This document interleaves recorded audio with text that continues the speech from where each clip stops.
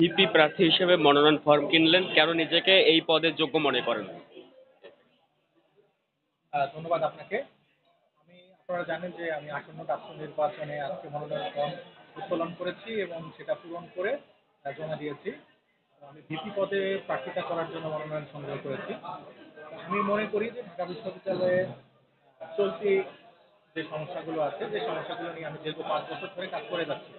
কিন্তু সেই কাজটা হয়েছে অপ্রাতিষ্ঠানিকভাবে স্বেচ্ছাসেবী সংগঠন ঢাকা বিশ্ববিদ্যালয় নিরাপত্তা মঞ্চের মাধ্যমে।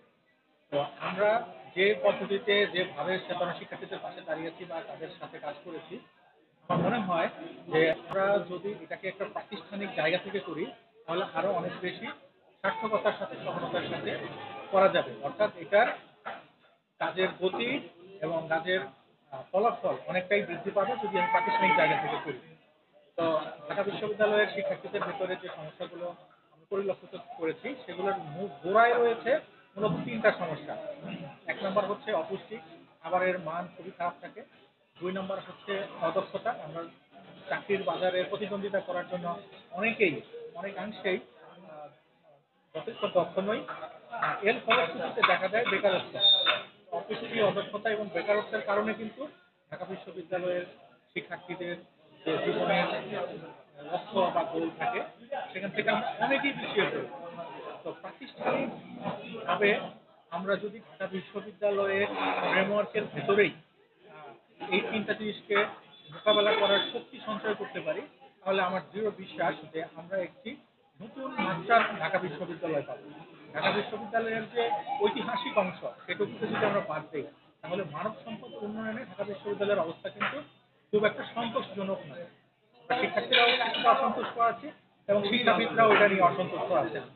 তো আমার মনে হয় যে ঢাকা বিশ্ববিদ্যালয়ের কাছে শিক্ষার্থীদের যে প্রত্যাশা আকাঙ্ক্ষা সেগুলোকে পূরণের ক্ষেত্রে ঢাকা বিশ্ববিদ্যালয়ের যে ভূমিকা আছে সেখানে যে ঘাটতি আছে সেই ঘাটতিকে পূরণের জন্য বিশ্ববিদ্যালয়কে বাধ্য করতে মানে ডাকসু একটা বড় ভূমিকা পালন করতে পারে।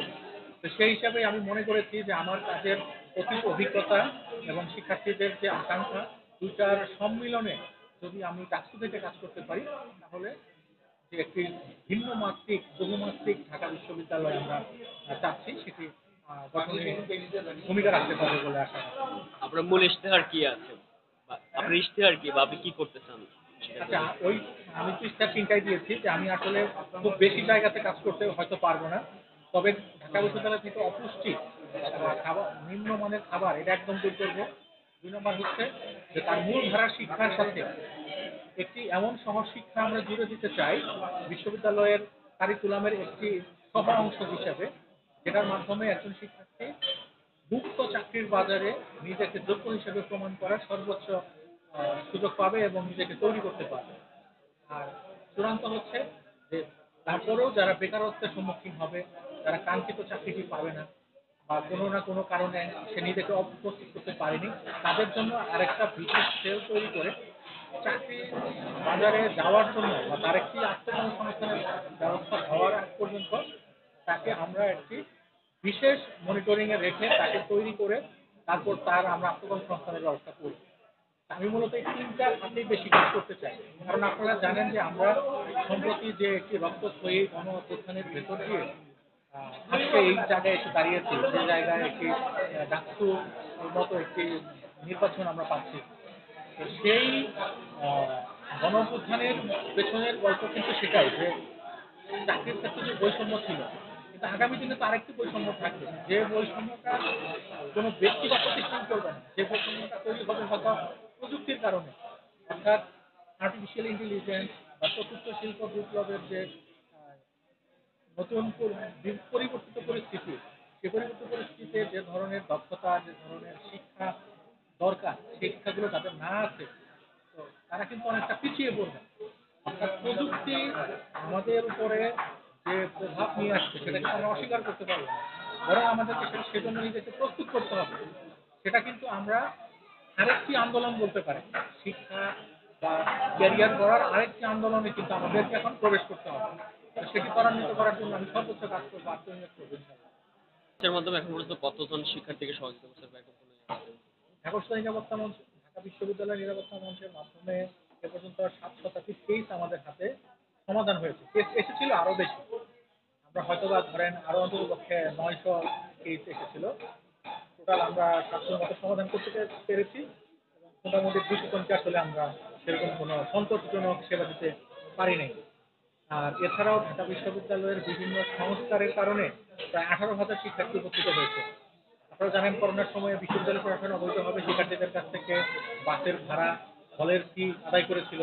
সেটা কিন্তু আমার দাবির মধ্যেই তারা সেটা ফেরত দিতে বাধ্য হয়েছে। তারপরে এছাড়া ওই যে ঢাকা বিশ্ববিদ্যালয়ের অনেক শিক্ষার্থী চাকরিতে আবেদন করার ক্ষেত্রে তাদের যে সার্টিফিকেট প্রয়োজন হয় এবং সেটা তোলার ক্ষেত্রে একটা দীর্ঘসূত্রিতা ছিল। তো সেটিতে প্রয়োজনের ভিত্তিতে আধা ঘন্টার ভেতরেও দেওয়ার যে ব্যবস্থাটা এটা কিন্তু আমার দাবির কারণেই হয়েছে। তো সেই হিসাবে 18,000-এর অধিক শিক্ষার্থী সরাসরি ঢাকা বিশ্ববিদ্যালয় নিরাপত্তা মঞ্চের উপকার ভোগী সুবিধা পাবে। এছাড়া আপনার আর কোনো উদ্যোগ আছে কিনা? হ্যাঁ, এছাড়াও school of life long learning এর একটা সংগঠন আমি করেছিলাম, যেটি ওই সময়ে ছাত্রলীগের বিরোধিতার কারণে খুব বেশি দূর এগিয়ে নিয়ে যাওয়া সম্ভব হয়নি। তারপরেও তো সেই school of life long learning কিন্তু প্রায় 250 শিক্ষার্থীকে ফ্রি আইএলটিএস কোর্স, 1 শতাধিক শিক্ষার্থীকে ফ্রি পিটি কোর্স অফার করেছে, যেটি করতে হয়তো বাজারে 20 থেকে 30,000 টাকা প্রয়োজন হয়, সেটি কিন্তু আমরা ফ্রি প্রদান করেছি। তো সেটি যদি আমরা চালু রাখতে পারতাম, যদি ছাত্রলীগের বাধার সম্মুখীন না হতাম, তাহলে সেটা আমাদের পক্ষে আরো বেশি সংখ্যক শিক্ষার্থীকে সাহায্য করা সম্ভব হতো। করোনাকালীন সময়ে আপনি জানেন যে ঢাকা বিশ্ববিদ্যালয়ের অগণিত শিক্ষার্থী নানা রকম সমস্যা ছিল, তার ভিতরে আসলে মানসিক হতাশাগ্রস্ত। তো মানসিকভাবে যারা হতাশাগ্রস্ত ছিল তাদেরকে কিন্তু আমরা মেন্টাল হেলথ সাপোর্ট দিয়েছি ঢাকা ইউনিভার্সিটি হেলথ এক্সপ্রেস নামে একটি প্ল্যাটফর্মের মাধ্যমে। সেখানে দেশি বিদেশি বিভিন্ন আপনার হচ্ছে কাউন্সিলর, তারা কিন্তু আমাদের স্টুডেন্টকে কাউন্সিলিং করেছে, প্লাস সেমিনারের মাধ্যমে কিভাবে মানসিক স্বাস্থ্য ভালো রাখা যায় সে বিষয়ে উপদেশ দিয়েছে। তো সামগ্রিকভাবে বিশ্ববিদ্যালয়ে গত 5 বছরে আমি যা কাজ করেছি তার একাংশের আহ, কাজও কিন্তু অন্য প্রার্থীরা করে নাই, যার ফলে তাদের আসলে রাজনীতির কোনো ভিত্তি নাই যে তারা আসলে কেন মানুষের কাছে যেতে চাচ্ছে, মানুষের কাছে তারা কেন ভোটটা চাবে। এই ভিত্তিহীনতাই তাদেরকে ভীত করে তুলেছে।